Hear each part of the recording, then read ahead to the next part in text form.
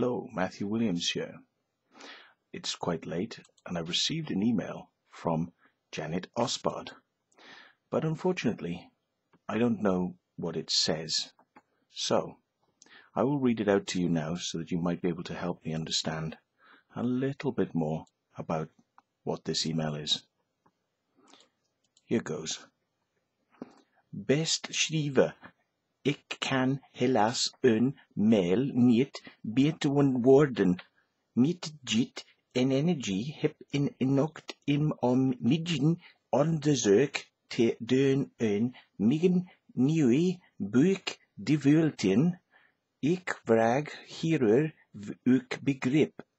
Al informatie die ik ook over de graancirkels weerga, verspreid ik via mijn website, lezingen, workshop en boeken. I vertrouw erop hiermee willen dan dienen. Warm greet, Janet Osbard. So if you know what that means, please let me know so that I can understand and perhaps reply to Janet in similar fashion. Thanks very much.